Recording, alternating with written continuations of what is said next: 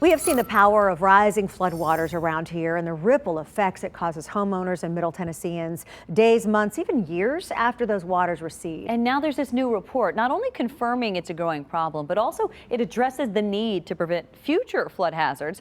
Call for Action problem solver Carice Jackman spoke with those who worked on the report and has more on what it means for you.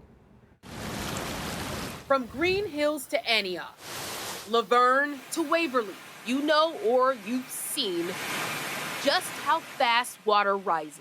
Now a new report published by the Government Accountability Office confirms what News 4 Investigates told you over a year ago. Flood maps by FEMA outdated, needing major upgrades. How dated from your findings were some of these flood maps across the country? I know that when we looked, we saw some weren't updated since 2009. There could be even some older than that. Chris Curry with the GAO says areas near urban communities tend to be updated faster than rural towns. Curry says part of the problem, updating these maps are costly. That and the constant threat from Mother Nature. But the big problem now is what we call future risk or climate change. What we identified and recommended is that FEMA needs to do a lot better job of taking into account the future risk in these places or else we're just going to continue to get surprised by these kind of things.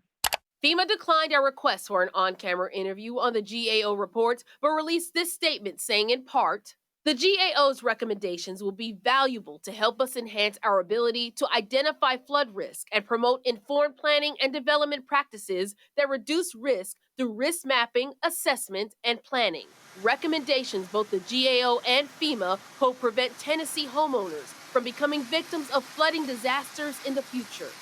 And another major issue we're hearing about all the time are people and homeowners worried about stormwater impacting their homes and their property, especially with development happening nearby. Tonight on News 4 at 6, we dig deeper into this problem and speak with all sorts of experts about what needs to be done to solve this issue.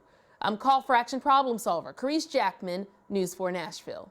If you have a consumer problem you want Carice or the rest of our investigative team to look into, we have forms you can fill out right now on our website. It's also in the free News 4 app.